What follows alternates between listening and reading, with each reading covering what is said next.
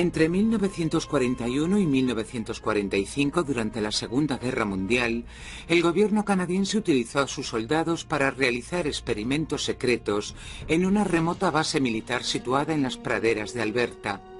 Si esto se hubiese hecho con prisioneros, se hubiese considerado un crimen de guerra.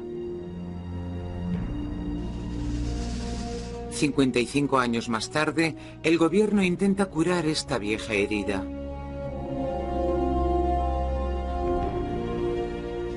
Organiza una ceremonia en honor al grupo de veteranos que lucharon en esta guerra secreta, en la que siempre se negó su participación y en la que sus heridas nunca fueron curadas ni compensadas. La gente no olvida. Yo no he olvidado. Han cambiado las carreteras, pero yo aún sé cómo llegar. Yo iba conduciendo en mi coche con mi mujer, y en cuanto reconocí el lugar empecé a temblar como un flan y me puse muy mal. Mi mujer tuvo que coger el coche y sacarme de allí. No podía conducir, estaba fatal.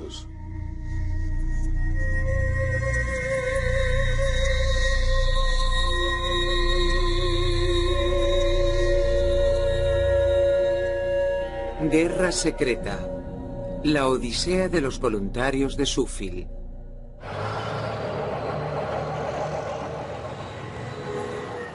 A principios de la Segunda Guerra Mundial, las fuerzas armadas alemanas invadieron la mayor parte de Europa.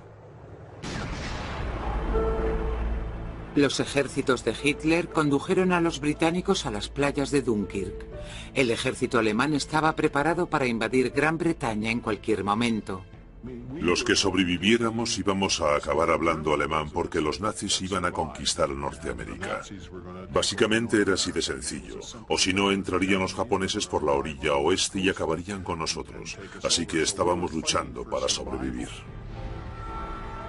Los aliados creían que Hitler era capaz de todo, incluso de utilizar armas químicas y biológicas. Alemania había usado gas mostaza en la Primera Guerra Mundial y los soldados canadienses habían sufrido los efectos de dicho ataque. También las tropas japonesas lo habían utilizado en Manchuria en 1938 contra los chinos. Los habitantes del oeste de Canadá temían ser los siguientes. Los científicos canadienses, en particular el señor Frederick Banting, nuestro único premio Nobel en aquella época, estaban convencidos de que los alemanes harían uso de este tipo de armas y de que las utilizarían para obtener una ventaja militar, basándose en su falta de escrúpulos y ética.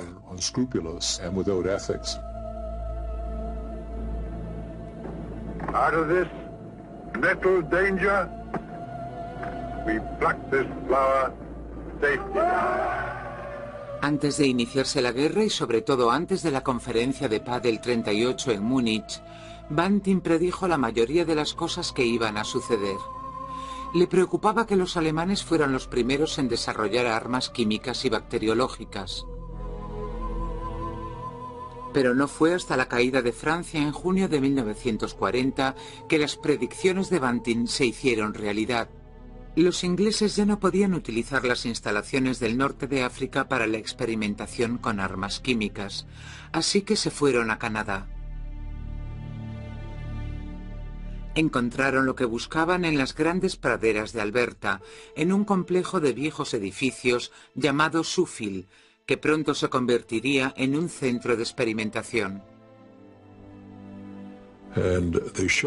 Y llevaron hasta allí a más de 10 o 15 personas de centros británicos, especialistas en este tipo de trabajos, a los mejores científicos. Y en principio su misión era empezar con las nociones más básicas para intentar enseñarnos al resto de nosotros cómo funcionaba todo esto. Shuffield era dirigido por británicos y canadienses, pero Canadá conservaba su jurisdicción.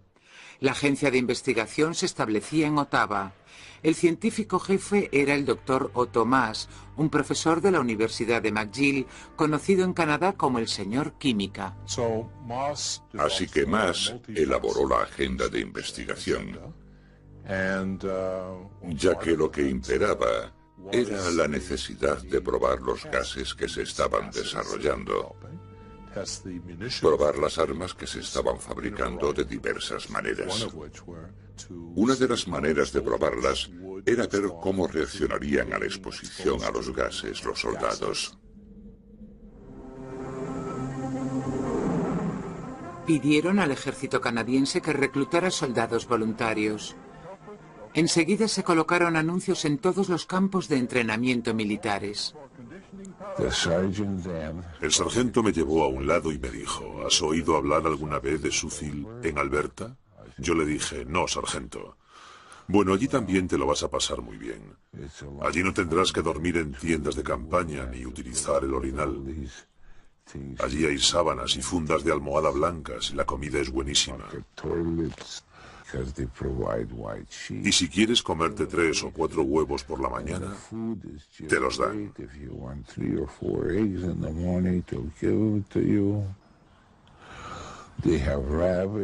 Allí tienen conejillos de indias y cabras, y será solo un mes o así. Necesitamos que vayan voluntarios. ¿Y qué niño de 18 años no se lanzaría a una oportunidad como esa? Sobre todo cuando el sargento te dice, ah, por cierto, te pagarán $1 extra al día. Harvey Friesen mintió sobre su edad para entrar en el ejército a los 16 años. Se enteraron al terminar su curso básico, así que a los 18 volvió a ingresar. Estábamos terminando nuestro curso avanzado cuando colocaron un anuncio en el tablón pidiendo voluntarios para ir a Suffield, en Alberta. Ray Irving también era menor de edad, pero con el permiso de sus padres le dejaron quedarse en el ejército. La mayoría de los que estábamos realizando prácticas nos apuntamos como voluntarios. Escribimos nuestro nombre en la lista. En resumidas cuentas, prácticamente todos los soldados en prácticas vinieron conmigo. Sam Gordon era un chico de granja de Brookfield que realizaba su instrucción militar en Ontario cuando le pidieron que se ofreciese como voluntario en una misión especial.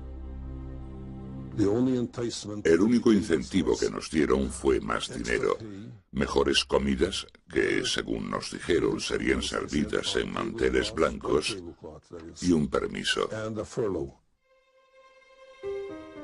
Una gran base de investigación militar repleta de administradores y personal médico y científico de una amplia variedad de disciplinas esperaba la llegada de los voluntarios a Suffield, entre ellos al químico Brian Risor. Me propusieron formar parte del personal de Suffield y me dijeron que se trataba de investigaciones de guerra, por lo tanto todo era muy secreto. Me convencieron diciéndome que este era el trabajo perfecto para mí porque acababa de licenciarme en química. Así que con apenas 20 años cogí el autobús y me fui a Suffield. Me dijeron que tenía que firmar un documento que me obligaba a acatar la ley sobre secretos oficiales. Lo firmé y me llevaron al laboratorio de química. En 1941 el centro de experimentación de Suffield estaba listo para empezar a trabajar con todo su personal y voluntarios, hombres jóvenes e inmaduros cuya odisea estaba a punto de comenzar.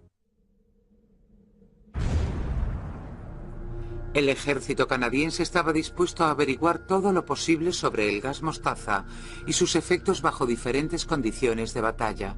Pero los jóvenes voluntarios no sabían por qué se estaban realizando estos experimentos, ni tampoco qué esperar de ellos.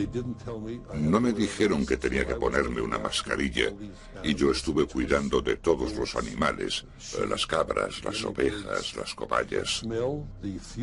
Podía oler los gases que emanaban de los pequeños animales. Pero bueno, es normal que no lo tomes en serio. No tenía forma de saber que al final esto provocaría mi enfermedad.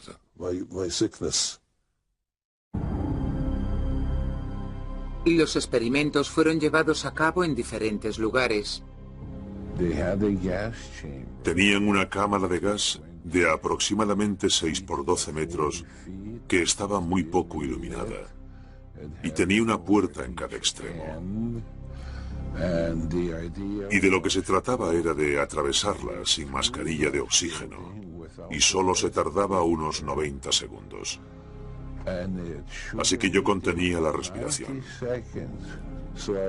Y daba golpes en la puerta del otro lado y me dejaban salir. Corría a los brazos del señor Davis y él me llamaba criatura colonial. Me decía que había hecho trampas, que tenía que hacer como todos los demás, que se suponía que tenía que respirar el gas y que como no lo había hecho me castigaría y tendría que volver a pasar al día siguiente.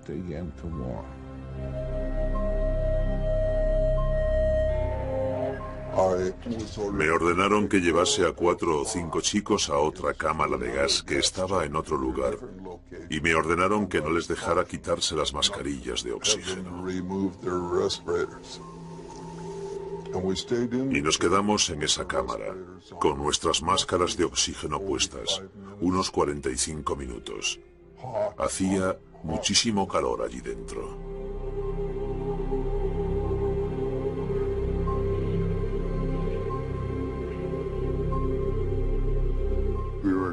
Éramos un grupo de 15 personas. Nos ordenaban formar un semicírculo en el campo. Entonces soltaban el gas mostaza y tenías que quedarte quieto en medio de todo ese vapor. Llevábamos puesta una mascarilla de oxígeno, así que no inhalábamos el gas mostaza. Esto duraba unos 15 minutos. Luego nos subíamos en un camión, nos llevaban a un edificio y nos metían en una habitación bastante fría en la que teníamos que llevar puesto nuestro mono militar de lana. Lo más preocupante de todo era que al terminar los experimentos te decían que te quitaras la mascarilla de oxígeno. Y durante la media hora siguiente, en el camino de vuelta al campamento, y durante la hora que nos pasamos en la celda experimental, y la otra media hora en la cámara de calor, estábamos inhalando estos gases. Al grupo de Harry Flander lo llevaron a la pradera.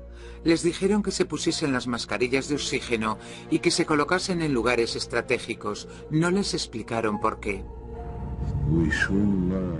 Al oír el ruido de un avión, enseguida nos dimos cuenta de que nos estaban rociando con gas vesicante.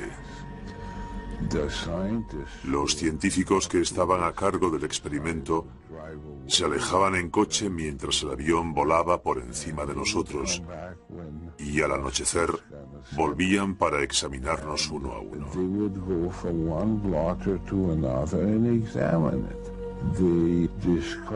Vieron que yo tenía 7 granos, 3 de ellos en el omóplato, en la espalda.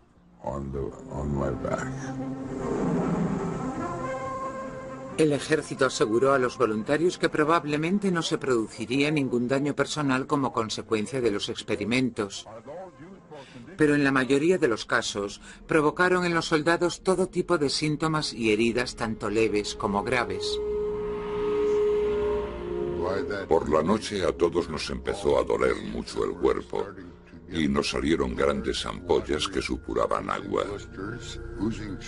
Teníamos el cuero cabelludo, las axilas, la ingle y todas nuestras partes íntimas llenas de quemaduras. A la mañana siguiente nos llevaron al hospital de la base donde estuvimos 5 días ingresados. Pensar que tras haber sido expuesto a gas mostaza o a cualquier otro tipo de gas no exista posibilidad de sufrir un daño físico es algo totalmente absurdo.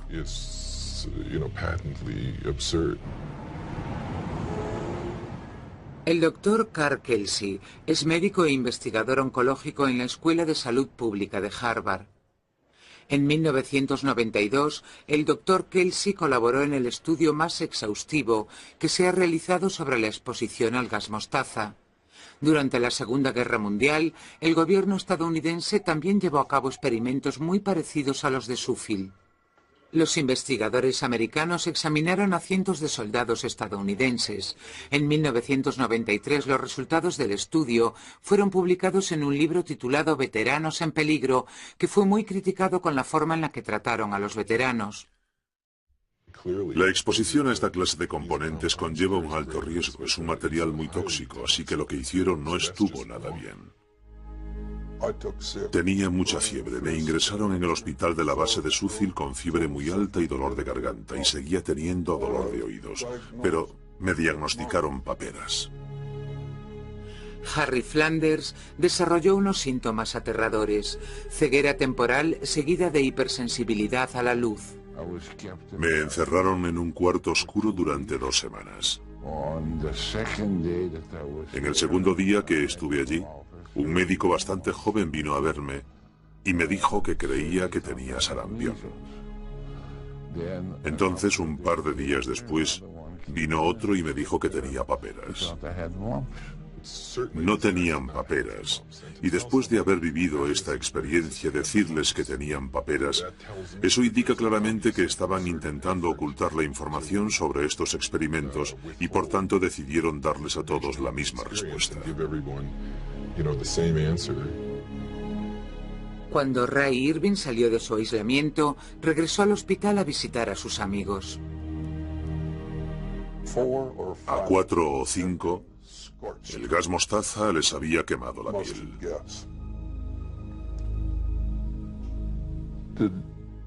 Describir sus heridas me resulta prácticamente imposible.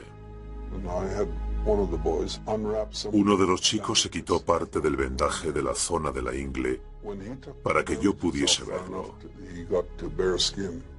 Cuando se quitó los vendajes, su piel, lo diré por su propio nombre, su prepucio, estaba cerrándose en la punta de su pene y se lo habían cortado ya 3 o 4 veces para soldarlo en varias operaciones de cirugía.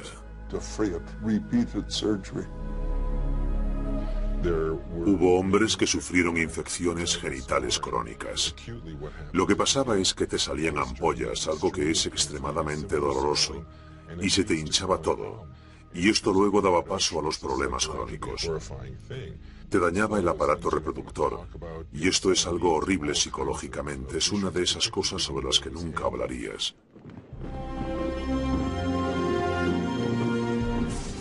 La mayoría de los veteranos creían que al ofrecerse voluntarios para los experimentos de Sheffield estaban ayudando a ganar la guerra, y creían que cuando la guerra terminase recibirían el mismo reconocimiento que aquellos que lucharon en combate.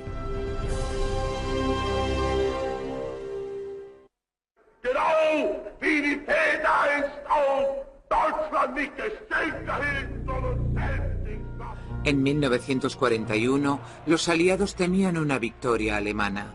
Este temor influyó en sus decisiones, aumentando su determinación por iniciar una guerra química y biológica. Si usar a seres humanos en su experimentación con gas mostaza suponía un dilema moral para los líderes políticos y militares, se autoconvencían pensando que no les estaban pidiendo mucho más que a los soldados en el frente de batalla. El mundo estaba en guerra y la Alemania nazi estaba ganando mucho terreno. Hubo momentos en los que hablábamos entre nosotros sobre lo que ocurriría si Gran Bretaña fuese derrotada y decidiesen venir a Canadá.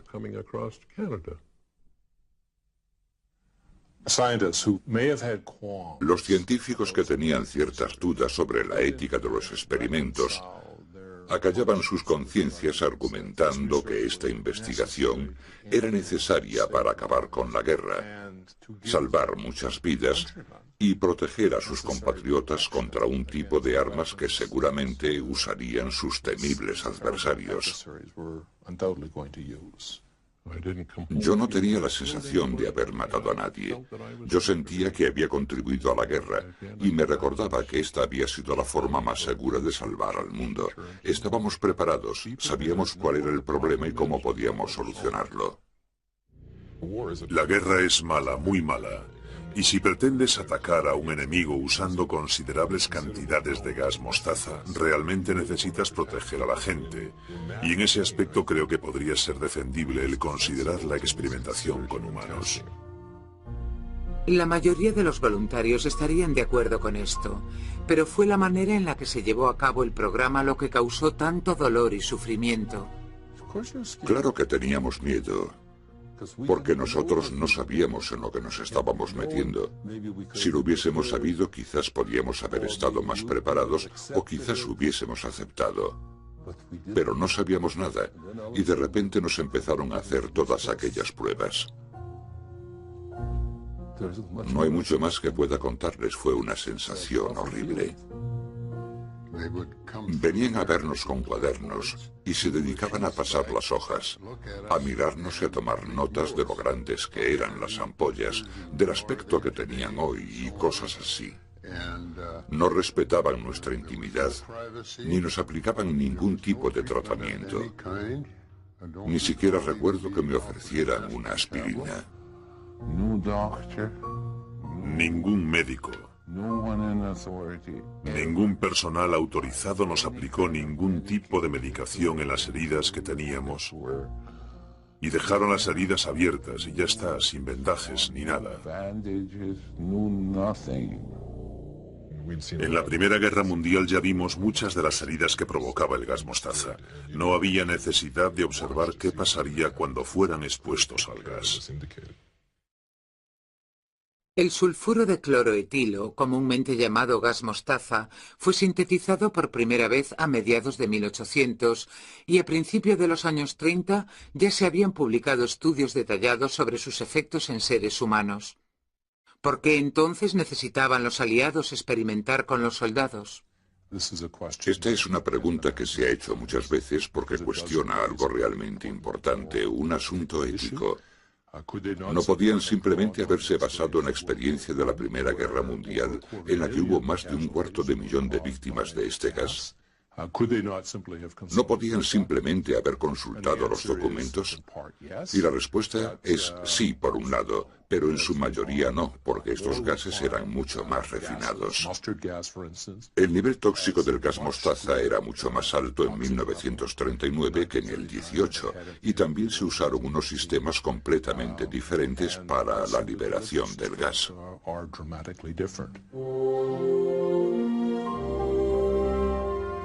Al término de la guerra, ninguna de las partes había utilizado armas químicas, pero esto no significaba que el miedo al gas mostaza hubiese sido exagerado.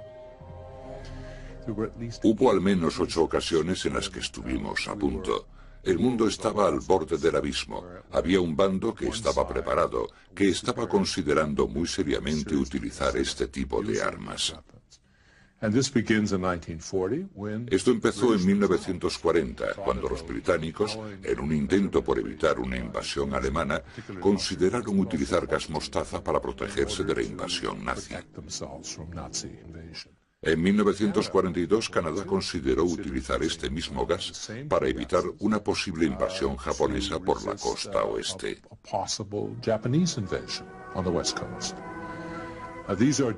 Estas eran medidas defensivas, aunque hubo otros casos en los que se consideraron como medidas de ataque y toma de represalias.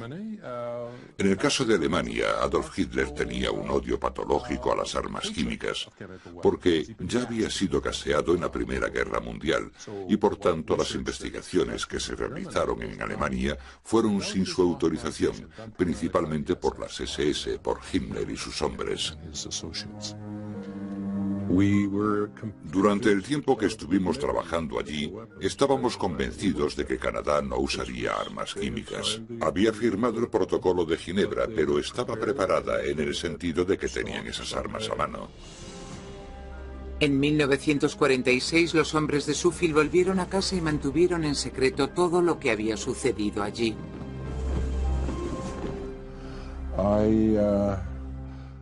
No me di cuenta que realmente estaba manteniendo un secreto. Simplemente estaba esperando porque nos dijeron que 7 años después de la guerra se levantaría el secreto oficial, pero eso nunca pasó. No pensé que tuviese mucho sentido contárselo a nadie. No sé qué hubiese ganado con contarlo. Sé de otros. Me enteré de que otros compañeros que estuvieron en el extranjero también habían pasado por eso y tampoco parecían querer hablar sobre el tema. Así que no podría explicar por qué lo hice. No creí que fuera necesario. No hablaron sobre ello porque eran soldados. Ellos no firmaron un documento que les obligara a acatar la ley sobre secretos oficiales, como en el caso de los científicos. Pero a pesar de que la guerra ya había terminado, para muchos de los veteranos de Suffield su batalla acababa de empezar. Al terminar su servicio, sus historiales médicos estaban en blanco, sin ningún tipo de información sobre cómo tratar los síntomas en el caso de que se presentasen, y lo hicieron. Al terminar la guerra, el ejército simplemente dejó que los veteranos de Suffield se fuesen a casa. No se les avisó de que podrían surgir complicaciones como consecuencia de la exposición al gas. Cáncer, enfermedades crónicas pulmonares y cicatrices en cualquier parte que hubiese sido expuesta. También podrían surgir problemas de visibilidad debido al contacto con los ojos e infinidad de efectos crónicos en los distintos órganos como consecuencia de la exposición. En 1946, retomé mi vida como ciudadano normal. Y antes de que acabara ese año, me empezaron a salir todo tipo de ampollas en manos y brazos. Estuve 3 veces ingresado en el hospital militar de Winnipeg. No paré de repetir que en 1945 había formado parte de un programa experimental en Suffield, Alberta, en el que había sido expuesto a gas mostaza y que estos eran los efectos secundarios. Cada vez que contaba la historia me decían, en su historial médico no hay ningún tipo de información que indique que haya estado usted en Suffield, ni que haya sufrido ningún tipo de daño. Nada más terminar la guerra, Ray Irving fue trasladado a la Marina canadiense, donde empezó a tener síntomas inusuales. Me salieron unos bultos. En toda la parte de detrás de la cabeza y del cuello de cada folículo del pelo me salieron pequeños forúnculos. Fue realmente doloroso y duró bastante tiempo. Los médicos me dijeron que creían que se trataba de una reacción alérgica al metal y me dijeron que tendría que intentar eliminar algunos de los metales a los que yo debía de estar reaccionando. Los médicos me dijeron, guarde todos sus cubiertos metálicos. Yo creo que fui el único soldado del ejército del Pacífico que comía con cubiertos de porcelana. Después de terminar las primeras pruebas me encontraba un poco mal, pero no me imaginé que fuera nada grave. Pensé que quizás fuera una congestión o un resfriado. No fue hasta 1980 cuando realmente empecé a sentir los efectos. Me diagnosticaron asma y estuve bastante mal. Estuve unos cuantos años con muchos dolores. Cuando les conté por lo que había pasado, me dijeron que el daño podía permanecer latente durante muchos años. Yo a veces, sin razón aparente, tengo fiebre y llego hasta los 41 grados. Me pasa cada 2 años o así. Y nunca me imaginé que eso podía estar relacionado con las pruebas de Suffield. Pero ahora sé que sí, que está relacionado, porque a partir de ahí empezó todo. Hay muchísimos efectos crónicos como consecuencia de la exposición al gas y la gente estuvo mucho tiempo desinformada, con lo cual es totalmente comprensible que ellos ahora se pregunten si algo o todo está relacionado con esto. El gas me dañó los pulmones, pero nadie se atreve a confirmarlo. Pensé, si no encuentran mi historial médico y vuelven a negármelo, prometo que me suicidaré. He pedido al Consejo Nacional de Investigaciones Científicas que me diseccionen. Y una vez que lo hagan, verán lo dañados que tengo los pulmones. Y entonces por fin lo reconocerán. Para ellos debió de ser horrible no haber sido informados de la naturaleza y las consecuencias de la exposición.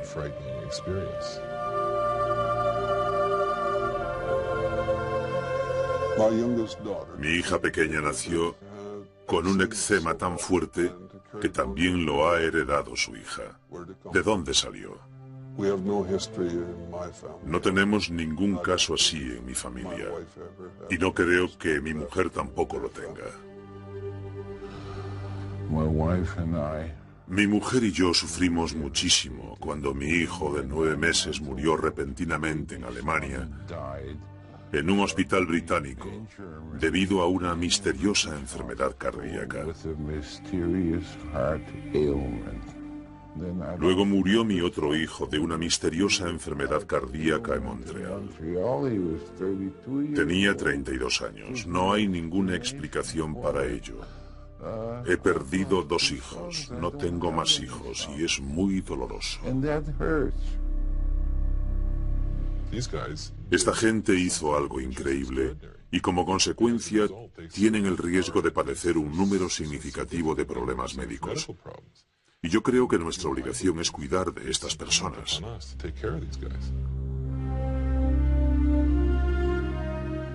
Aunque cada vez más veteranos decidieron informar a sus gobiernos de sus problemas, todos experimentaron las mismas dificultades para probar que habían estado allí, que habían sido heridos y que existía una conexión entre aquellas heridas y sus problemas de salud. Ha sido muy difícil para nosotros. Hasta 1990 no empezaron a dar compensaciones económicas y tratamientos a aquellos veteranos que lo necesitaran, pero esto aún no ha terminado. Si decides llevar a cabo esta clase de experimentos, si le haces esto a la gente, creo que es muy importante asumir la responsabilidad de lo que les ocurra a estos hombres. Has de hacerlo de manera ética, razonable y compasiva. Cuando acabó la guerra, los informes fueron guardados bajo llave en algún almacén. Su secretismo ha evitado que los investigadores hayan podido tener acceso a los informes. Creo que el ejército, y aquí incluyo al ejército canadiense, tenía una obsesión enfermiza por mantener ciertas cosas en secreto. Les beneficiaría sacar a la luz esas historias y permitir a los historiadores examinar las pruebas. Porque si no, al no existir pruebas, en estos casos se suele pensar lo peor.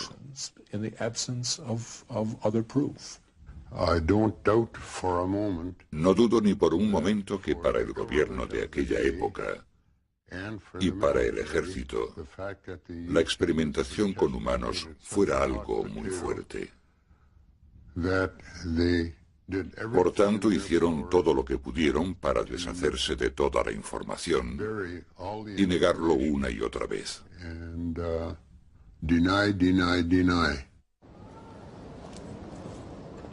Aunque el gobierno canadiense hubiese estado dispuesto a admitir la realización de estos experimentos y a tratar los problemas de los veteranos, estos aseguran que no existe una lista de los más de 2000 voluntarios de Suffield.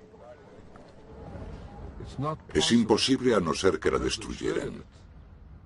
Porque cuando yo empecé a buscar un reconocimiento y una pensión, escribí cartas a Suffield y me respondieron diciéndome que yo nunca había estado allí. En la segunda carta me dijeron que quizás había estado allí, pero que no me habían sometido a ningún experimento. En la tercera me dijeron que en el caso de que me hubieran sometido a algún experimento, habría sido solo con gas lacrimógeno, no con gas mostaza. ¿Para qué me habrían llevado allí para experimentar con gas lacrimógeno? Sabían de sobra que con estos experimentos estaban midiendo a muchos soldados canadienses. Debían de haberles realizado al menos un seguimiento. Eso fue lo más injusto de todo. Toda la culpa no es del sistema, ni del gobierno, ni del ejército.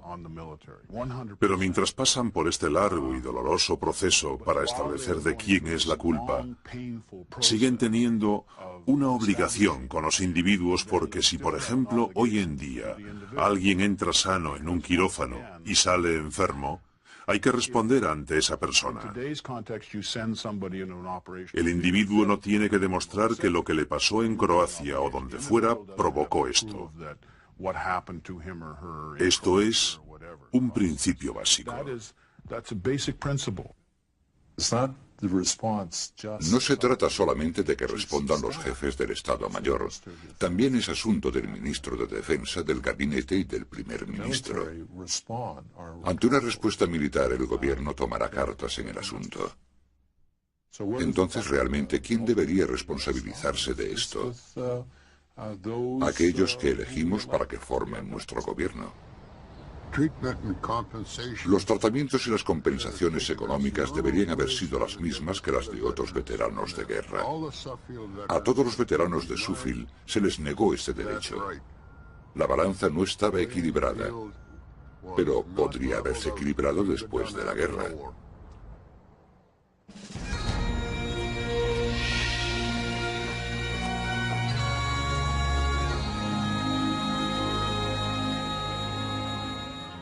«55 años después, el gobierno de Canadá toma cartas en el asunto gracias al diputado liberal John Bryden.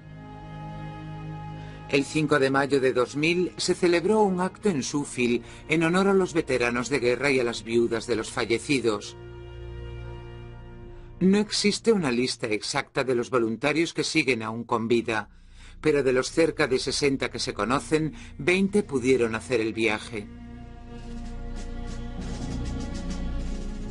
Cuando se enteraron de que el ministro de Defensa, Art Eggleton, les recibiría y se reuniría con ellos, albergaron la esperanza de que al fin se empezaran a tratar sus problemas. Por fin, la balanza se estaba equilibrando. During the war, it was secret information. They did not want this information to get out to the enemy, obviously, what was going on here. During the Cold War and the prospect of chemical and biological weaponry perhaps being used in another occasion, it was determined that it wasn't the appropriate thing to do. Do you think the compensation that we have in place for that sort of thing is... I don't administer compensation. I'm the Department of National Defense. The Department of Veterans Affairs does that. I know, as I said a moment ago, the Minister of Veterans Affairs, George Baker, wants to make sure that we do give people the best compensation we can so that they can live a life of dignity. La indignación de muchos veteranos es que incluso hoy en día tienen que suplicar y luchar para poder recibir un tratamiento y una compensación económica. Pero ahora su lucha es un poco menos solitaria, ya que desde mediados de los 90 los veteranos han estado compartiendo sus secretos de guerra.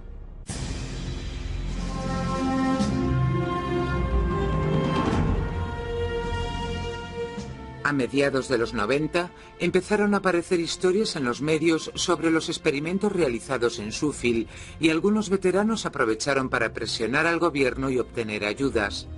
Pero creen que estas ayudas llegan demasiado tarde y son poco generosas. El general Louis Mackenzie asegura que esto se debe a que los voluntarios no tienen influencia política.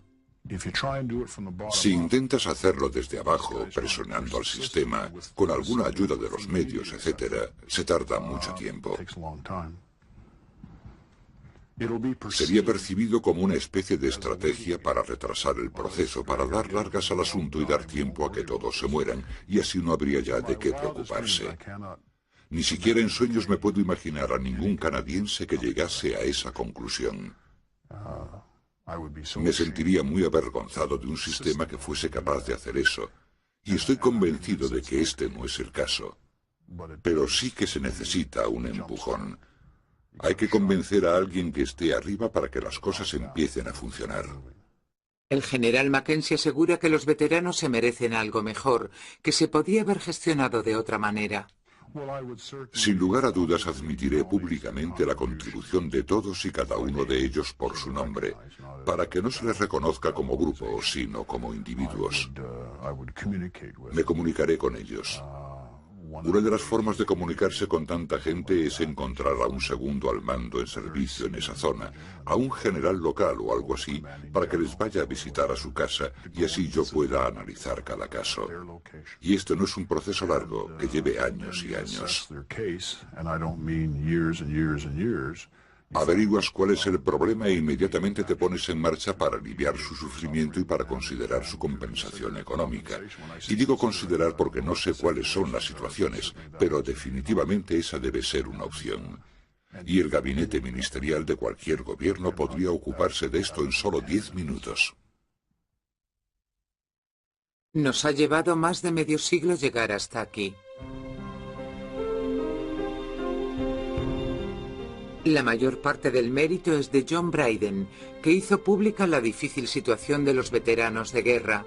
Antes que político fue periodista y publicó un libro titulado Aliados Mortales, que levantó el secretismo en torno a la experimentación con gas mostaza en Canadá durante la guerra. This is a ceremony dedicated to their story and their sacrifice. I'd like to present the Minister of National Defence, Art Eggleton. This willingness to put service before self, to accept risk for the greater good of fellow Canadians, demands our recognition, our admiration, and our thanks. That is why we are here today. These people bravely stepped forward in the effort to save thousands of others from agonizing wounds and even death.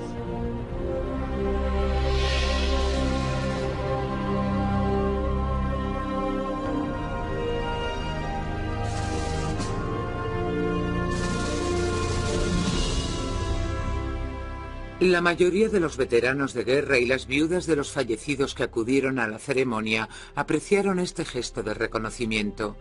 Pero días e incluso semanas después surgieron otra vez las dudas y las recriminaciones cuando empezaron a cuestionarse si realmente esto había significado un cambio en su lucha. Realmente para mí la ceremonia no significó nada. Reviví viejos recuerdos que tenía muy adentro. Y pensé que de todos los hombres que habían estado allí, solo había 20. ¿Dónde estaba el resto? ¿Muertos? ¿O qué había pasado? ¿Dónde estaban? Eso fue lo que más me impresionó. Entonces, si esto era lo que había pasado, ¿por qué yo había sobrevivido?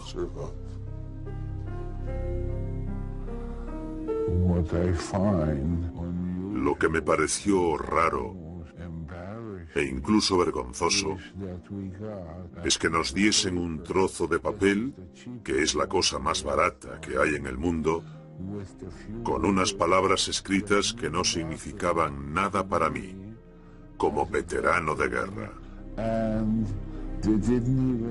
Y ni siquiera tuvieron la decencia de poner nuestros nombres en cada uno de los certificados.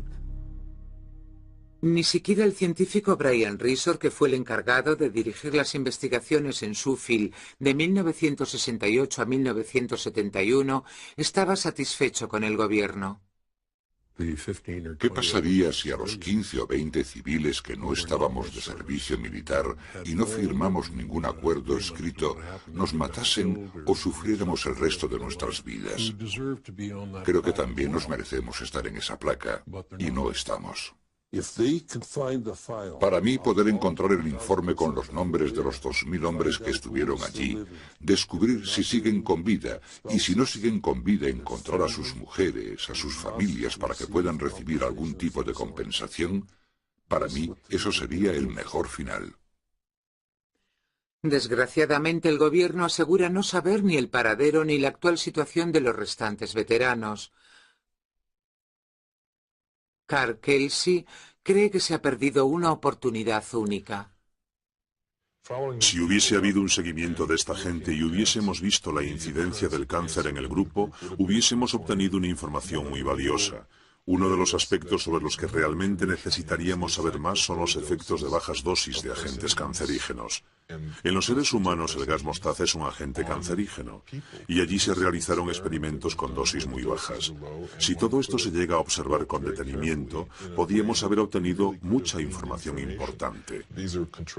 Fueron experimentos controlados realizados con seres humanos y la mayoría de ellos se hicieron para nada, muy pocos sirvieron.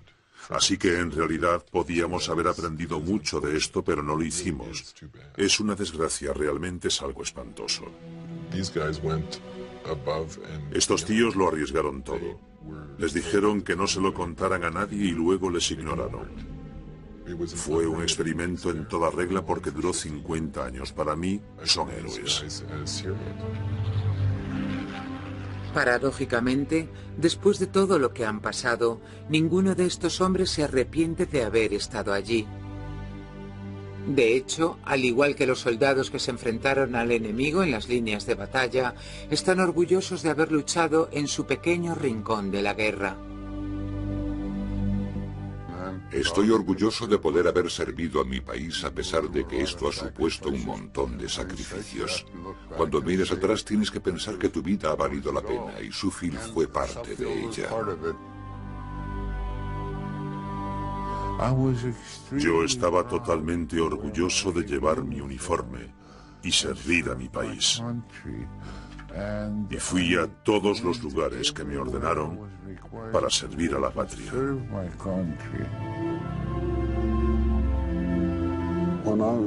Cuando era joven, buscaba emoción. De cualquier tipo o manera, me daba igual. No me deben una disculpa. Lo que hice, lo hice voluntariamente.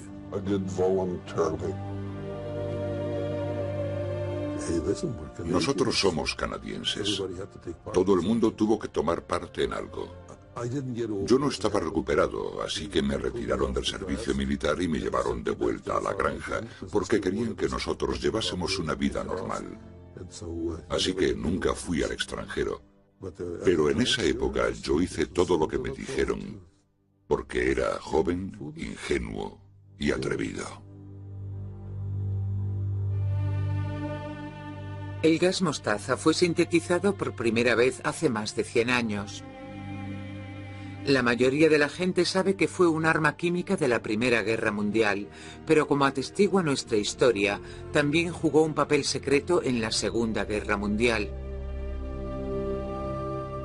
En 1946 el gobierno canadiense cogió 30.000 barriles de gas mostaza que recorrieron en tren todo el este de Canadá hasta Halifax. Allí los subieron a una vieja embarcación.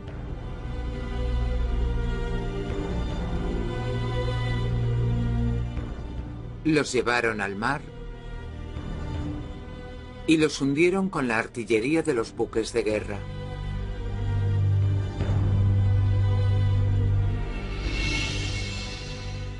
En la guerra entre Irán e Irak, que duró desde 1980 hasta 1988, Irak utilizó gas mostaza contra soldados y civiles.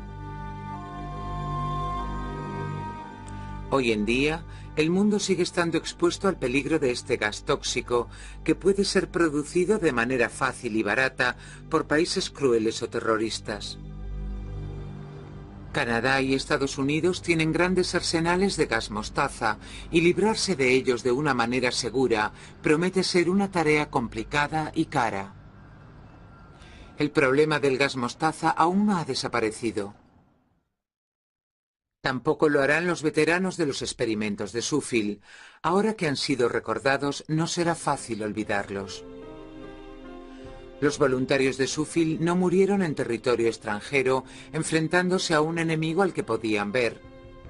Lucharon una larga y prolongada batalla contra la autocomplacencia, el secretismo y un gobierno que no parecía interesado en ellos.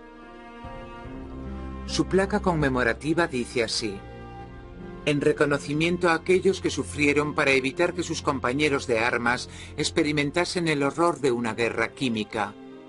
Ellos también sirvieron a la patria. Quizás debería añadirse a esta placa: ellos también sirvieron a la patria en secreto, con valor y paciencia. A Suffield, entre ellos al químico Brian Risor. Me propusieron formar parte del personal de Suffield y me dijeron que se trataba de investigaciones de guerra, por lo tanto todo era muy secreto. Me convencieron diciéndome que este era el trabajo perfecto para mí porque acababa de licenciarme en química. Así que con apenas 20 años cogí el autobús y me fui a Suffield. Me dijeron que tenía que firmar un documento que me obligaba a acatar la ley sobre secretos oficiales. Lo firmé y me llevaron al laboratorio de química. En 1941, el centro de experimentación de Suffield estaba listo para empezar a trabajar con todo su personal y voluntarios, hombres jóvenes e inmaduros, cuya odisea estaba a punto de comenzar. El ejército canadiense estaba dispuesto a averiguar todo lo posible sobre el gas mostaza y sus efectos bajo diferentes condiciones de batalla. Pero los jóvenes voluntarios no sabían por qué se estaban realizando estos experimentos, ni tampoco qué esperar de ellos. No me dijeron que tenía que ponerme una mascarilla, y yo estuve cuidando de todos los animales, las cabras, las ovejas, las cobayas. Podía oler los gases que emanaban de los pequeños animales. Pero bueno, es normal que no lo tomes en serio. No tenía forma de saber que al final esto provocaría mi enfermedad.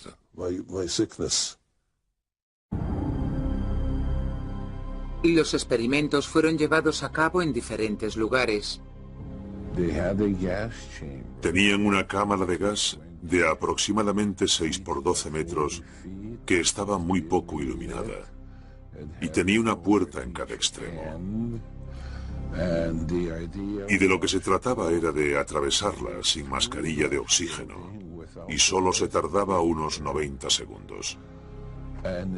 Así que yo contenía la respiración y daba golpes en la puerta del otro lado y me dejaban salir. Corría a los brazos del señor Davis y él me llamaba criatura colonial. Me decía que había hecho trampas, que tenía que hacer como todos los demás, que se suponía que tenía que respirar el gas y que como no lo había hecho me castigarían y tendría que volver a pasar al día siguiente.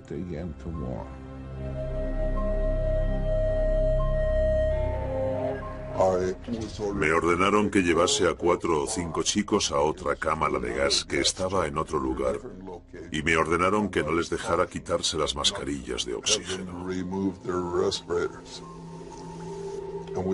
Y nos quedamos en esa cámara, con nuestras máscaras de oxígeno puestas, unos 45 minutos.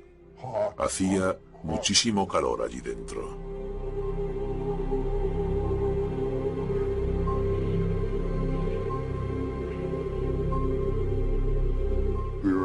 Éramos un grupo de 15 personas.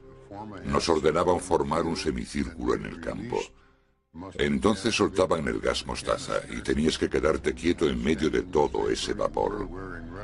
Llevábamos puesta una mascarilla de oxígeno, así que no inhalábamos el gas mostaza. Esto duraba unos 15 minutos.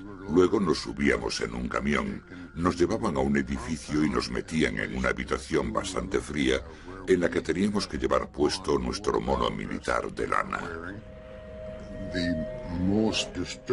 Lo más preocupante de todo era que al terminar los experimentos te decían que te quitaras la mascarilla de oxígeno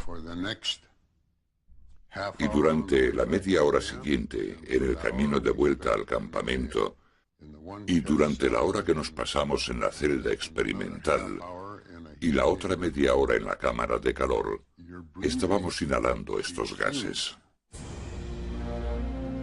Al grupo de Harry Flander lo llevaron a la pradera. Les dijeron que se pusiesen las mascarillas de oxígeno y que se colocasen en lugares estratégicos. No les explicaron por qué.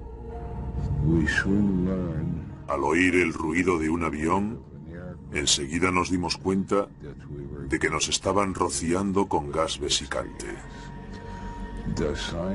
Los científicos que estaban a cargo del experimento se alejaban en coche mientras el avión volaba por encima de nosotros y al anochecer volvían para examinarnos uno a uno.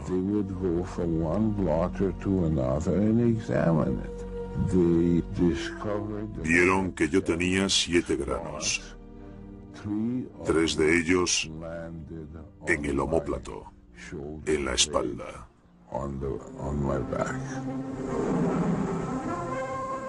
El ejército aseguró a los voluntarios que probablemente no se produciría ningún daño personal como consecuencia de los experimentos. Pero en la mayoría de los casos provocaron en los soldados todo tipo de síntomas y heridas tanto leves como graves. Por la noche a todos nos empezó a doler mucho el cuerpo y nos salieron grandes ampollas que supuraban agua. Teníamos el cuero cabelludo, las axilas, la ingle y todas nuestras partes íntimas llenas de quemaduras. A la mañana siguiente nos llevaron al hospital de la base, donde estuvimos 5 días ingresados. Pensar que tras haber sido expuesto a gas mostaza o a cualquier otro tipo de gas no exista posibilidad de sufrir un daño físico es algo totalmente absurdo.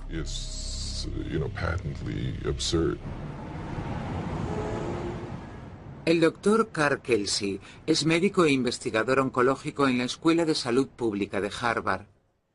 En 1992, el doctor Kelsey colaboró en el estudio más exhaustivo que se ha realizado sobre la exposición al gas mostaza. Durante la Segunda Guerra Mundial, el gobierno estadounidense también llevó a cabo experimentos muy parecidos a los de Suffield. Los investigadores americanos examinaron a cientos de soldados estadounidenses. En 1993 los resultados del estudio fueron publicados en un libro titulado Veteranos en peligro, que fue muy criticado con la forma en la que trataron a los veteranos. La exposición a esta clase de componentes conlleva un alto riesgo. Es un material muy tóxico, así que lo que hicieron no estuvo nada bien. Tenía mucha fiebre. Me ingresaron en el hospital de la base de Suffield con fiebre muy alta y dolor de garganta, y seguía teniendo dolor de oídos, pero me diagnosticaron paperas. Harry Flanders desarrolló unos síntomas aterradores: ceguera temporal seguida de hipersensibilidad a la luz. Me encerraron en un cuarto oscuro durante 2 semanas. En el segundo día que estuve allí, un médico bastante joven vino a verme y me dijo que creía que tenía sarampión. Entonces, un par de días después, vino otro y me dijo que tenía paperas. No tenían paperas, y después de haber vivido esta experiencia, decirles que tenían paperas, eso indica claramente que estaban intentando ocultar la información sobre estos experimentos y por tanto decidieron darles a todos la misma respuesta. Cuando Ray Irving salió de su aislamiento, regresó al hospital a visitar a sus amigos. A 4 o 5, el gas mostaza les había quemado la piel.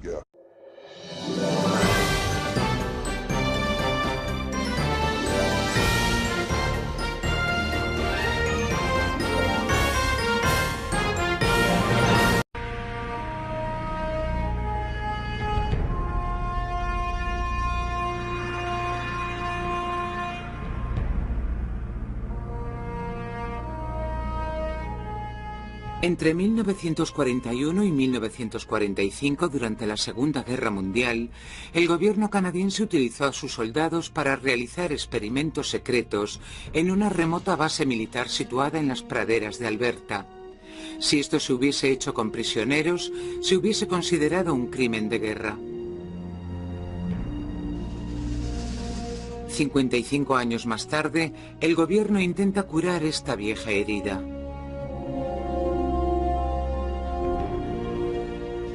Organiza una ceremonia en honor al grupo de veteranos que lucharon en esta guerra secreta, en la que siempre se negó su participación y en la que sus heridas nunca fueron curadas ni compensadas.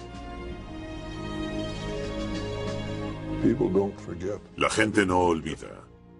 Yo no he olvidado. Han cambiado las carreteras, pero yo aún sé cómo llegar. Yo iba conduciendo en mi coche con mi mujer, y en cuanto reconocí el lugar empecé a temblar como un flan y me puse muy mal. Mi mujer tuvo que coger el coche y sacarme de allí. No podía conducir, estaba fatal.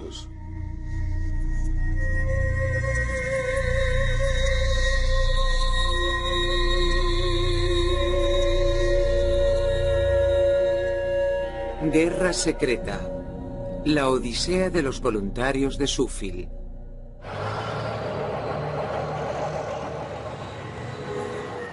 A principios de la Segunda Guerra Mundial, las fuerzas armadas alemanas invadieron la mayor parte de Europa.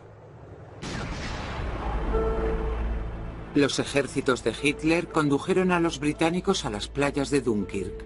El ejército alemán estaba preparado para invadir Gran Bretaña en cualquier momento. Los que sobreviviéramos íbamos a acabar hablando alemán porque los nazis iban a conquistar Norteamérica. Básicamente era así de sencillo. O si no, entrarían los japoneses por la orilla oeste y acabarían con nosotros. Así que estábamos luchando para sobrevivir. Los aliados creían que Hitler era capaz de todo, incluso de utilizar armas químicas y biológicas. Alemania había usado gas mostaza en la Primera Guerra Mundial y los soldados canadienses habían sufrido los efectos de dicho ataque. También las tropas japonesas lo habían utilizado en Manchuria en 1938 contra los chinos. Los habitantes del oeste de Canadá temían ser los siguientes. Los científicos canadienses, en particular el señor Frederick Banting, nuestro único premio Nobel en aquella época, estaban convencidos de que los alemanes harían uso de este tipo de armas y de que las utilizarían para obtener una ventaja militar, basándose en su falta de escrúpulos y ética.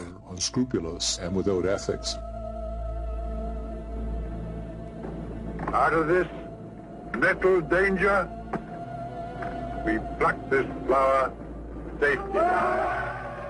Antes de iniciarse la guerra y sobre todo antes de la conferencia de paz del 38 en Múnich, Banting predijo la mayoría de las cosas que iban a suceder. Le preocupaba que los alemanes fueran los primeros en desarrollar armas químicas y bacteriológicas. Pero no fue hasta la caída de Francia en junio de 1940 que las predicciones de Banting se hicieron realidad. Los ingleses ya no podían utilizar las instalaciones del norte de África para la experimentación con armas químicas, así que se fueron a Canadá. Encontraron lo que buscaban en las grandes praderas de Alberta, en un complejo de viejos edificios llamado Sufil, que pronto se convertiría en un centro de experimentación. Y llevaron hasta allí a más de 10 o 15 personas de centros británicos, especialistas en este tipo de trabajos, a los mejores científicos. Y en principio su misión era empezar con las nociones más básicas para intentar enseñarnos al resto de nosotros cómo funcionaba todo esto. Sufil era dirigido por británicos y canadienses, pero Canadá conservaba su jurisdicción. La agencia de investigación se establecía en Ottawa. El científico jefe era el Dr. Otto Maas, un profesor de la Universidad de McGill, conocido en Canadá como el señor Química. Así que Maas elaboró la agenda de investigación, ya que lo que imperaba era la necesidad de probar los gases que se estaban desarrollando, probar las armas que se estaban fabricando de diversas maneras. Una de las maneras de probarlas era ver cómo reaccionarían a la exposición a los gases los soldados. Pidieron al ejército canadiense que reclutara soldados voluntarios. Enseguida se colocaron anuncios en todos los campos de entrenamiento militares. El sargento me llevó a un lado y me dijo, ¿has oído hablar alguna vez de Sufil en Alberta? Yo le dije, no, sargento. Bueno, allí también te lo vas a pasar muy bien. Allí no tendrás que dormir en tiendas de campaña ni utilizar el orinal. Allí hay sábanas y fundas de almohada blancas y la comida es buenísima. Y si quieres comerte 3 o 4 huevos por la mañana, te los dan.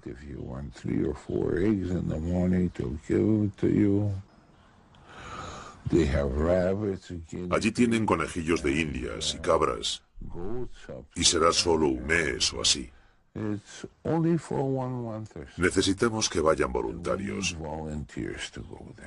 ¿Y qué niño de 18 años no se lanzaría a una oportunidad como esa? Sobre todo cuando el sargento te dice, por cierto, te pagarán $1 extra al día. Harvey Friesen mintió sobre su edad para entrar en el ejército a los 16 años. Se enteraron al terminar su curso básico, así que a los 18 volvió a ingresar. Estábamos terminando nuestro curso avanzado cuando colocaron un anuncio en el tablón pidiendo voluntarios para ir a Suffield, en Alberta. Ray Irving también era menor de edad, pero con el permiso de sus padres le dejaron quedarse en el ejército. La mayoría de los que estábamos realizando prácticas nos apuntamos como voluntarios. Escribimos nuestro nombre en la lista. En resumidas cuentas, prácticamente todos los soldados en prácticas vinieron conmigo. Sam Gordon era un chico de granja de Brookfield que realizaba su instrucción militar en Ontario cuando le pidieron que se ofreciese como voluntario en una misión especial. El único incentivo que nos dieron fue más dinero, mejores comidas que, según nos dijeron, serían servidas en manteles blancos y un permiso.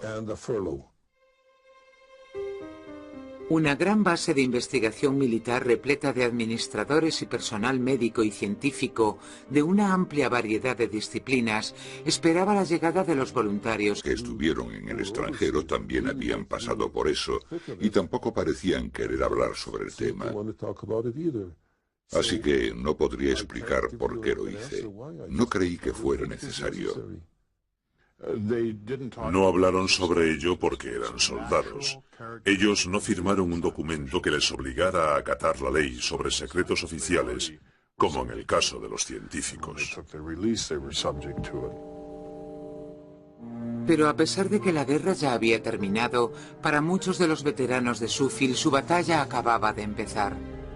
Al terminar su servicio, sus historiales médicos estaban en blanco, sin ningún tipo de información sobre cómo tratar los síntomas en el caso de que se presentasen, y lo hicieron. Al terminar la guerra, el ejército simplemente dejó que los veteranos de Suffield se fuesen a casa. No se les avisó de que podrían surgir complicaciones como consecuencia de la exposición al gas. Cáncer, enfermedades crónicas pulmonares y cicatrices en cualquier parte que hubiese sido expuesta.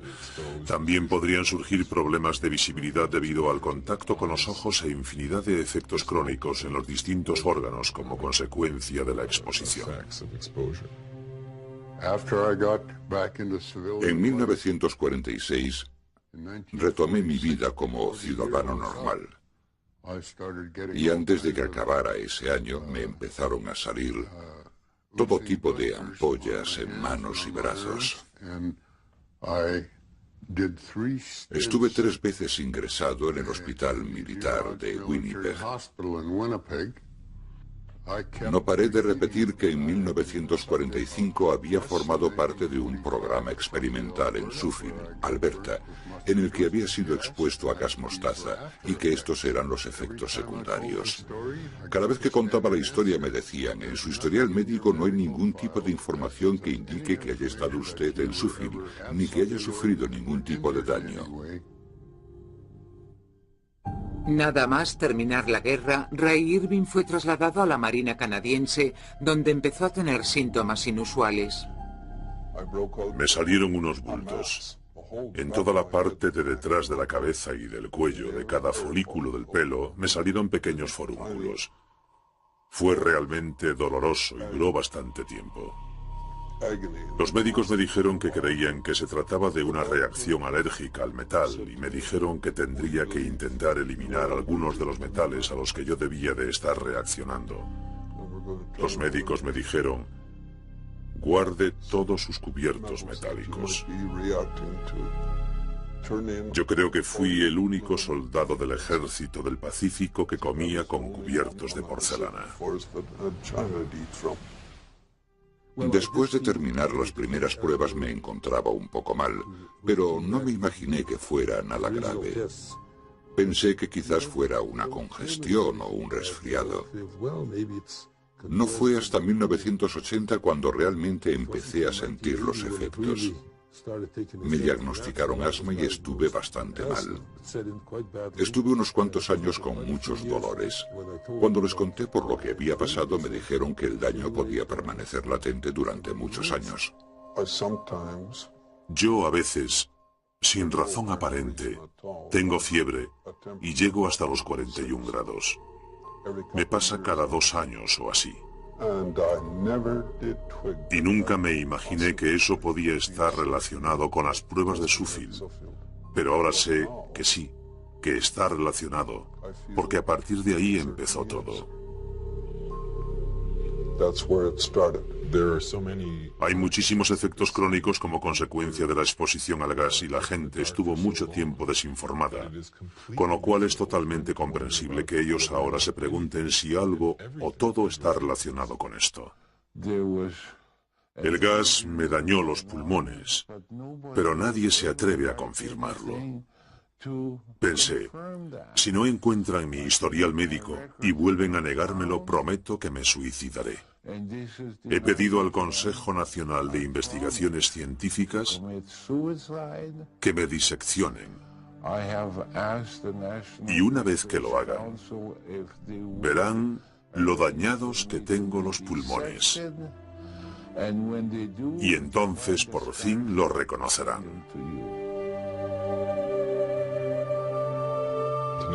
Para ellos debió de ser horrible no haber sido informados de la naturaleza y las consecuencias de la exposición.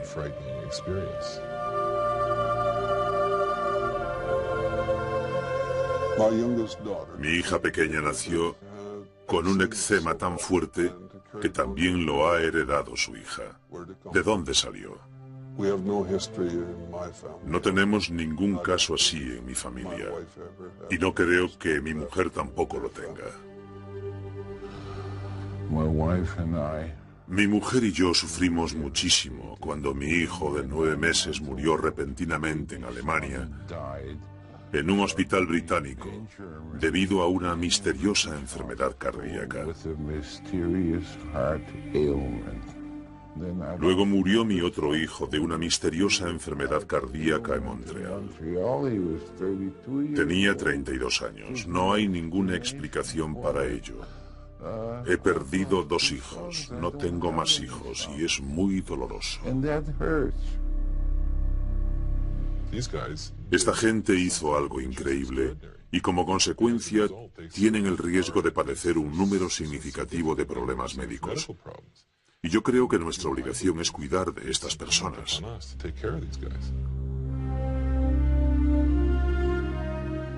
Aunque cada vez más veteranos decidieron informar a sus gobiernos de sus problemas, todos experimentaron las mismas dificultades para probar que habían estado allí, que habían sido heridos y que existía una conexión entre aquellas heridas y sus problemas de salud. Ha sido muy difícil para nosotros. Hasta 1990 no empezaron a dar compensaciones económicas y tratamientos a aquellos veteranos que lo necesitaran, pero esto aún no ha terminado. Si decides llevar a cabo esta clase de experimentos, si le haces esto a la gente, creo que es muy importante asumir la responsabilidad de lo que les ocurra a estos hombres. Has de hacerlo de manera ética, razonable y compasiva. Cuando acabó la guerra, los informes fueron guardados bajo llave en algún almacén.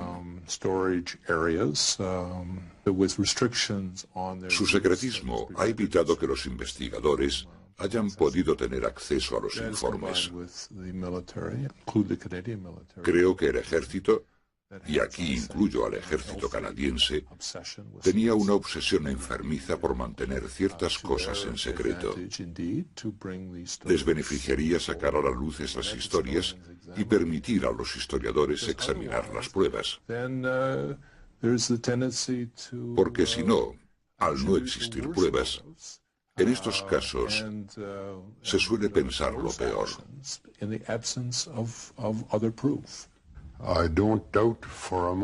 No dudo ni por un momento que para el gobierno de aquella época y para el ejército, la experimentación con humanos fuera algo muy fuerte.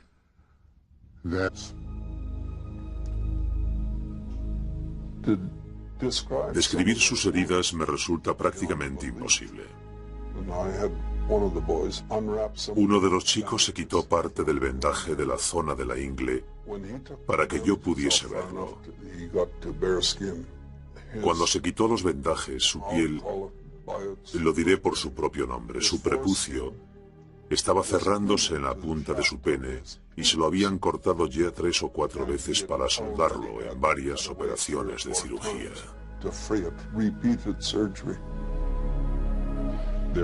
Hubo hombres que sufrieron infecciones genitales crónicas. Lo que pasaba es que te salían ampollas, algo que es extremadamente doloroso, y se te hinchaba todo, y esto luego daba paso a los problemas crónicos. Te dañaba el aparato reproductor, y esto es algo horrible psicológicamente, es una de esas cosas sobre las que nunca hablarías.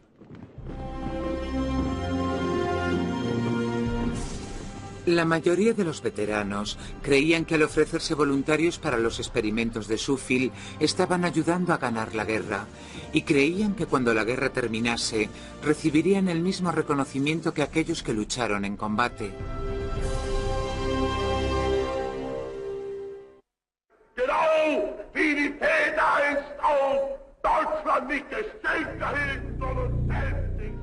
En 1941, los aliados temían una victoria alemana.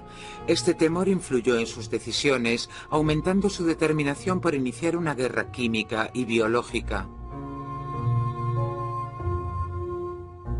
Si usar a seres humanos en su experimentación con gas mostaza suponía un dilema moral para los líderes políticos y militares, se autoconvencían pensando que no les estaban pidiendo mucho más que a los soldados en el frente de batalla.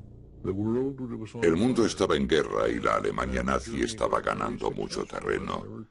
Hubo momentos en los que hablábamos entre nosotros sobre lo que ocurriría si Gran Bretaña fuese derrotada y decidiesen venir a Canadá.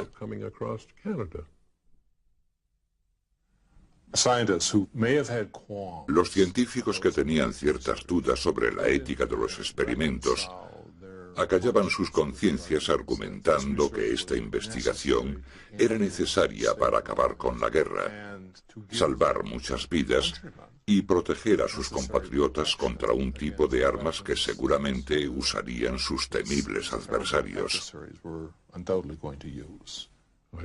Yo no tenía la sensación de haber matado a nadie. Yo sentía que había contribuido a la guerra y me recordaba que esta había sido la forma más segura de salvar al mundo. Estábamos preparados, sabíamos cuál era el problema y cómo podíamos solucionarlo. La guerra es mala, muy mala. Y si pretendes atacar a un enemigo usando considerables cantidades de gas mostaza, realmente necesitas proteger a la gente. Y en ese aspecto creo que podría ser defendible el considerar la experimentación con humanos. La mayoría de los voluntarios estarían de acuerdo con esto, pero fue la manera en la que se llevó a cabo el programa lo que causó tanto dolor y sufrimiento.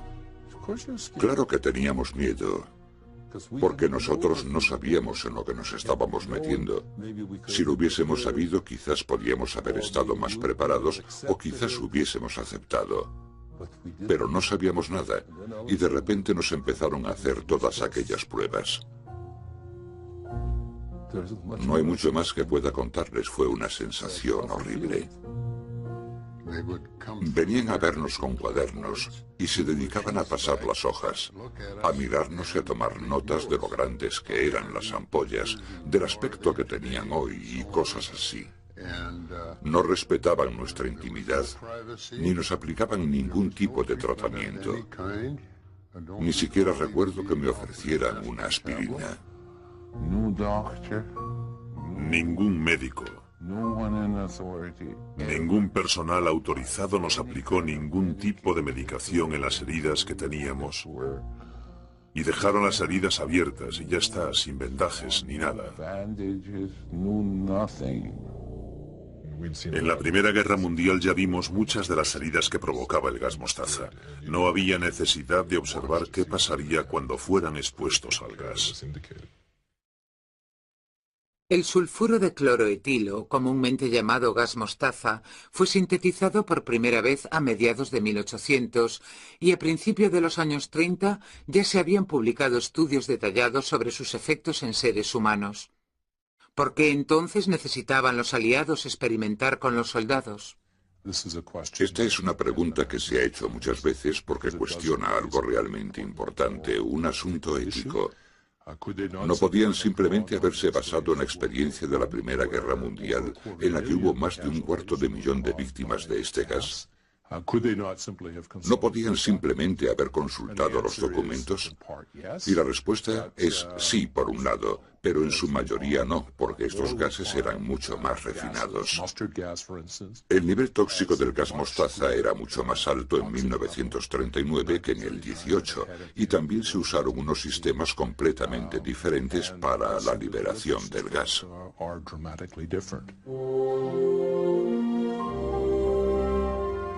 Al término de la guerra, ninguna de las partes había utilizado armas químicas, pero esto no significaba que el miedo al gas mostaza hubiese sido exagerado. Hubo al menos 8 ocasiones en las que estuvimos a punto. El mundo estaba al borde del abismo. Había un bando que estaba preparado, que estaba considerando muy seriamente utilizar este tipo de armas. Esto empezó en 1940, cuando los británicos, en un intento por evitar una invasión alemana, consideraron utilizar gas mostaza para protegerse de la invasión nazi. En 1942, Canadá consideró utilizar este mismo gas para evitar una posible invasión japonesa por la costa oeste.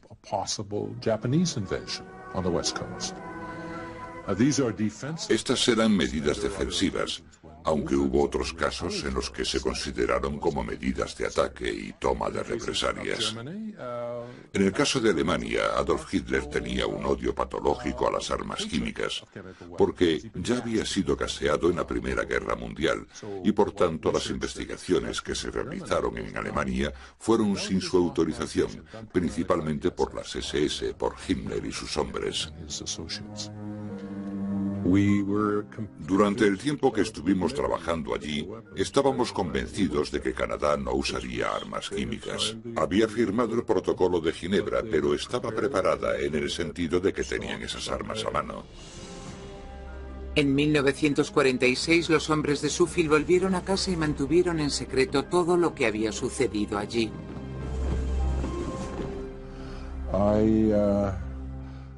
No me di cuenta que realmente estaba manteniendo un secreto. Simplemente estaba esperando porque nos dijeron que 7 años después de la guerra se levantaría el secreto oficial, pero eso nunca pasó. No pensé que tuviese mucho sentido contárselo a nadie. No sé qué hubiese ganado con contarlo.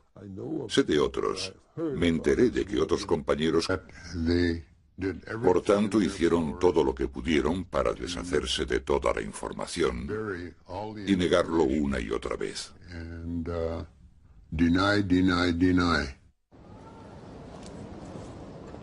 Aunque el gobierno canadiense hubiese estado dispuesto a admitir la realización de estos experimentos y a tratar los problemas de los veteranos, estos aseguran que no existe una lista de los más de 2.000 voluntarios de Suffield. Es imposible a no ser que la destruyeran. Porque cuando yo empecé a buscar un reconocimiento y una pensión, escribí cartas a Suffield y me respondieron diciéndome que yo nunca había estado allí. En la segunda carta me dijeron que quizás había estado allí, pero que no me habían sometido a ningún experimento. En la tercera me dijeron que en el caso de que me hubieran sometido a algún experimento, habría sido solo con gas lacrimógeno, no con gas mostaza. ¿Para qué me habrían llevado allí para experimentar con gas lacrimógeno? Sabían de sobra que con estos experimentos estaban hiriendo a muchos soldados canadienses. Debían de haberles realizado al menos un seguimiento. Eso fue lo más injusto de todo. Toda la culpa no es del sistema, ni del gobierno, ni del ejército. Pero mientras pasan por este largo y doloroso proceso para establecer de quién es la culpa, siguen teniendo una obligación con los individuos porque si, por ejemplo, hoy en día alguien entra sano en un quirófano y sale enfermo, hay que responder ante esa persona. El individuo no tiene que demostrar que lo que le pasó en Croacia o donde fuera provocó esto.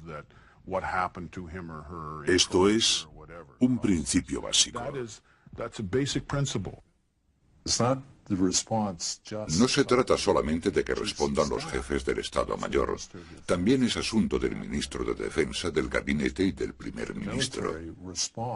Ante una respuesta militar, el gobierno tomará cartas en el asunto. Entonces, realmente, ¿quién debería responsabilizarse de esto? Aquellos que elegimos para que formen nuestro gobierno. Los tratamientos y las compensaciones económicas deberían haber sido las mismas que las de otros veteranos de guerra. A todos los veteranos de Suffield se les negó este derecho. La balanza no estaba equilibrada, pero podría haberse equilibrado después de la guerra.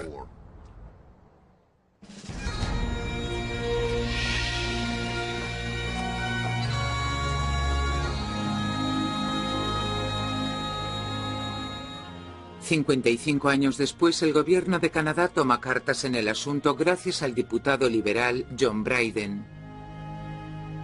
El 5 de mayo de 2000 se celebró un acto en Suffield en honor a los veteranos de guerra y a las viudas de los fallecidos. No existe una lista exacta de los voluntarios que siguen aún con vida, pero de los cerca de 60 que se conocen, 20 pudieron hacer el viaje. Cuando se enteraron de que el ministro de Defensa, Art Eggleton, les recibiría y se reuniría con ellos, albergaron la esperanza de que al fin se empezaran a tratar sus problemas. Por fin, la balanza se estaba equilibrando. During the war, it was secret information. They did not want this information to get out to the enemy, obviously, what was going on here. During the Cold War and the prospect of chemical and biological weaponry perhaps being used on another occasion, it was determined that it wasn't the appropriate thing to do. Do you think the compensation that we have in place for that sort of thing is... I don't administer compensation. I'm the Department of National Defense. The Department of Veterans Affairs does that. I know, as I said a moment ago, the Minister of Veterans Affairs, George Baker, wants to make sure that we do give people the best compensation we can so that they can live a life of dignity. La indignación de muchos veteranos es que incluso hoy en día tienen que suplicar y luchar para poder recibir un tratamiento y una compensación económica. Pero ahora su lucha es un poco menos solitaria, ya que desde mediados de los 90 los veteranos han estado compartiendo sus secretos de guerra.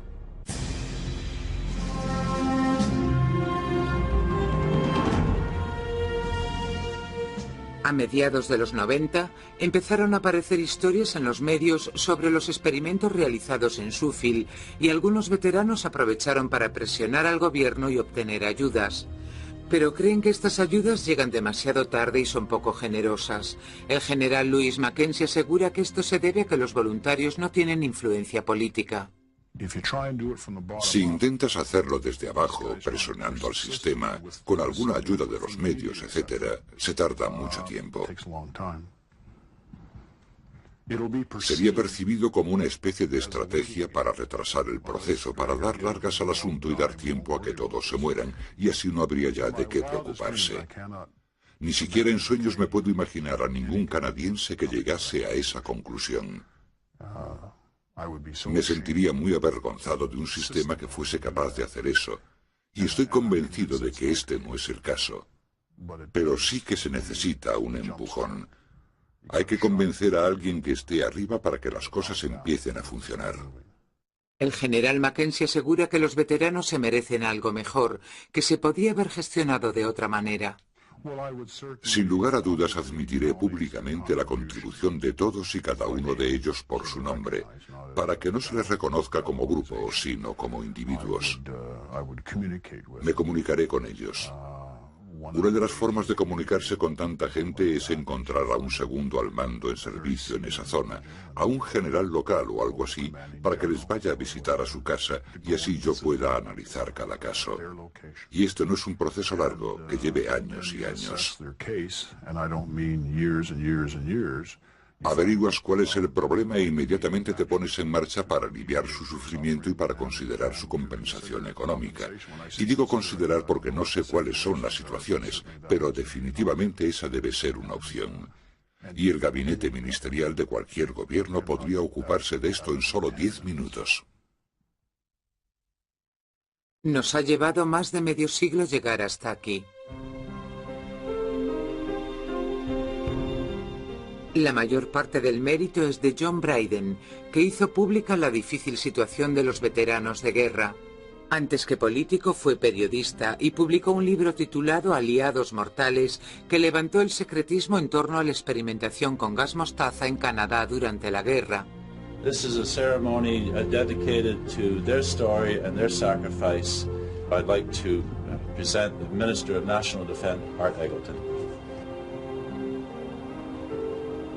This willingness to put service before self, to accept risk for the greater good of fellow Canadians, demands our recognition, our admiration, and our thanks.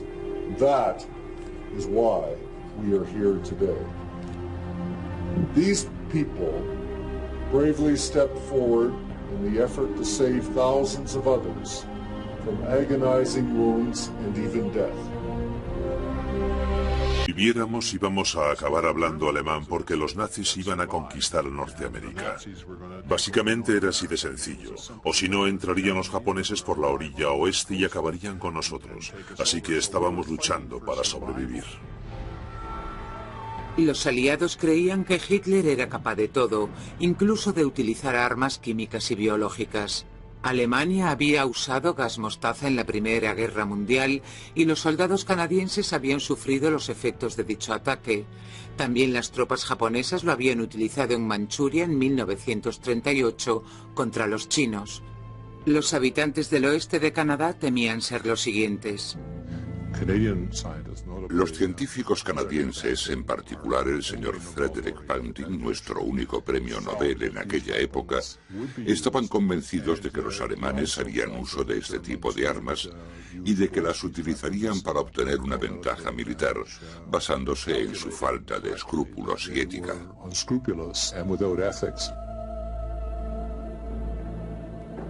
Out of this nettle danger, we pluck this flower safely.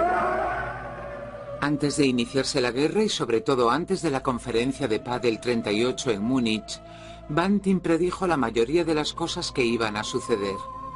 Le preocupaba que los alemanes fueran los primeros en desarrollar armas químicas y bacteriológicas.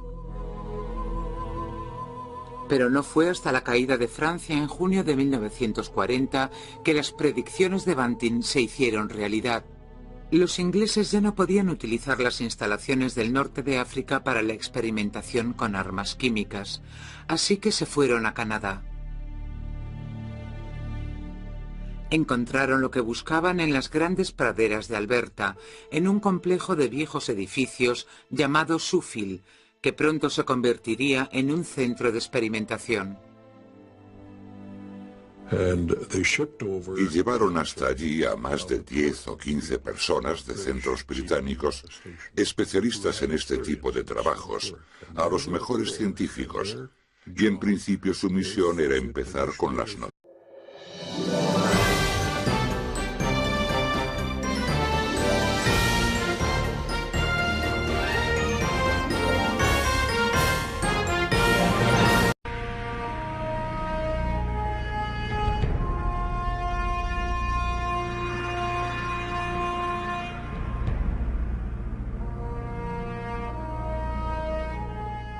Entre 1941 y 1945, durante la Segunda Guerra Mundial, el gobierno canadiense utilizó a sus soldados para realizar experimentos secretos en una remota base militar situada en las praderas de Alberta.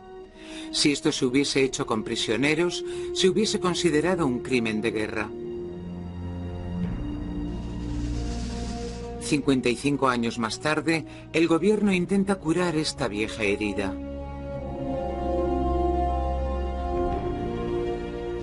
Organiza una ceremonia en honor al grupo de veteranos que lucharon en esta guerra secreta, en la que siempre se negó su participación y en la que sus heridas nunca fueron curadas ni compensadas. La gente no olvida. Yo no he olvidado. Han cambiado las carreteras, pero yo aún sé cómo llegar. Yo iba conduciendo en mi coche con mi mujer, y en cuanto reconocí el lugar empecé a temblar como un flan y me puse muy mal. Mi mujer tuvo que coger el coche y sacarme de allí. No podía conducir, estaba fatal.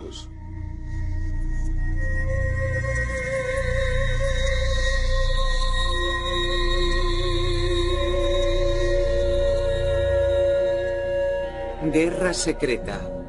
La odisea de los voluntarios de Sheffield.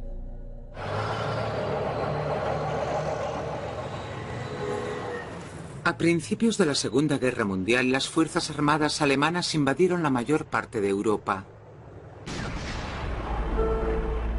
Los ejércitos de Hitler condujeron a los británicos a las playas de Dunkirk. El ejército alemán estaba preparado para invadir Gran Bretaña en cualquier momento. Los que sobrevivieron. Los voluntarios no sabían por qué se estaban realizando estos experimentos, ni tampoco qué esperar de ellos. No me dijeron que tenía que ponerme una mascarilla, y yo estuve cuidando de todos los animales, las cabras, las ovejas, las cobayas. Podía oler los gases que emanaban de los pequeños animales. Pero bueno, es normal que no lo tomes en serio. No tenía forma de saber que al final esto provocaría mi enfermedad.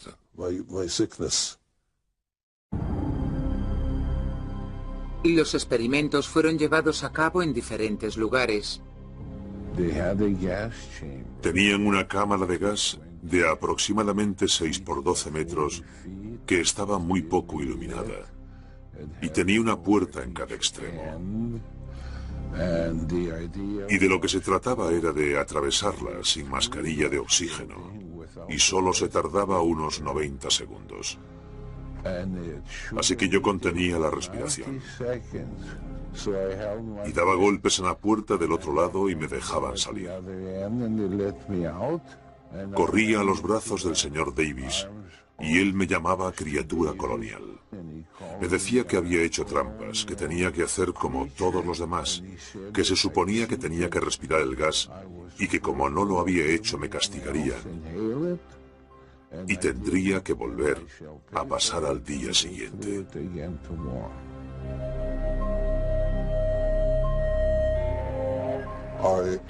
Me ordenaron que llevase a 4 o 5 chicos a otra cámara de gas que estaba en otro lugar y me ordenaron que no les dejara quitarse las mascarillas de oxígeno.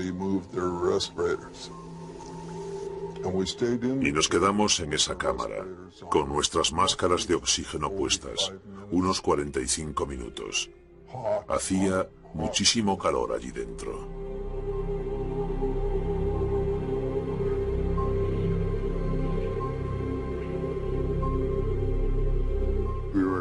Éramos un grupo de 15 personas. Nos ordenaban formar un semicírculo en el campo.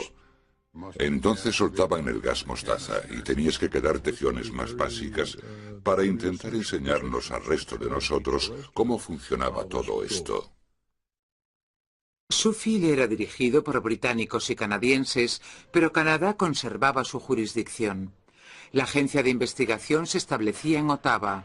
El científico jefe era el Dr. Otto Maas, un profesor de la Universidad de McGill, conocido en Canadá como el señor Química. Así que Maas elaboró la agenda de investigación,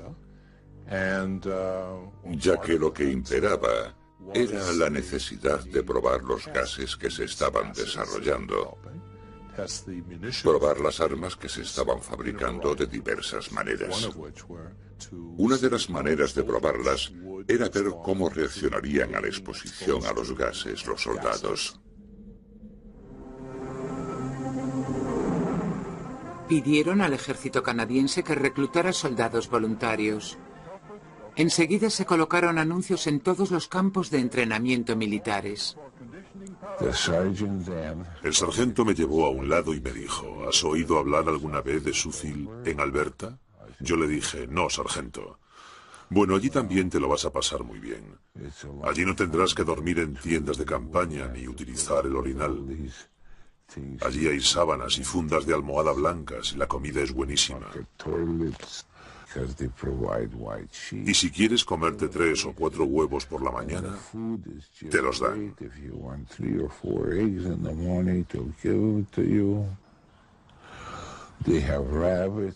Allí tienen conejillos de indias y cabras, y será solo un mes o así. Necesitamos que vayan voluntarios. ¿Y qué niño de 18 años no se lanzaría a una oportunidad como esa? Sobre todo cuando el sargento te dice, ah, por cierto, te pagarán $1 extra al día. Harvey Friesen mintió sobre su edad para entrar en el ejército a los 16 años. Se enteraron al terminar su curso básico, así que a los 18 volvió a ingresar. Estábamos terminando nuestro curso avanzado cuando colocaron un anuncio en el tablón pidiendo voluntarios para ir a Suffield, en Alberta. Ray Irving también era menor de edad, pero con el permiso de sus padres le dejaron quedarse en el ejército. La mayoría de los que estábamos realizando prácticas nos apuntamos como voluntarios. Escribimos nuestro nombre en la lista. En resumidas cuentas, prácticamente todos los soldados en prácticas vinieron conmigo. Sam Gordon era un chico de granja de Brookfield que realizaba su instrucción militar en Ontario cuando le pidieron que se ofreciese como voluntario en una misión especial. El único incentivo que nos dieron fue más dinero, mejores comidas que, según nos dijeron, serían servidas en manteles blancos y un permiso. Una gran base de investigación militar repleta de administradores y personal médico y científico de una amplia variedad de disciplinas esperaba la llegada de los voluntarios a Suffield, entre ellos al químico Brian Risor. Me propusieron formar parte del personal de Suffield y me dijeron que se trataba de investigaciones de guerra, por lo tanto todo era muy secreto. Me convencieron diciéndome que este era el trabajo perfecto para mí porque acababa de licenciarme en química. Así que con apenas 20 años cogí el autobús y me fui a Suffield. Me dijeron que tenía que firmar un documento que me obligaba a acatar la ley sobre secretos oficiales. Lo firmé y me llevaron al laboratorio de química. En 1941, el centro de experimentación de Suffield estaba listo para empezar a trabajar con todo su personal y voluntarios, hombres jóvenes e inmaduros, cuya odisea estaba a punto de comenzar. El ejército canadiense estaba dispuesto a averiguar todo lo posible sobre el gas mostaza y sus efectos bajo diferentes condiciones de batalla. Pero los jóvenes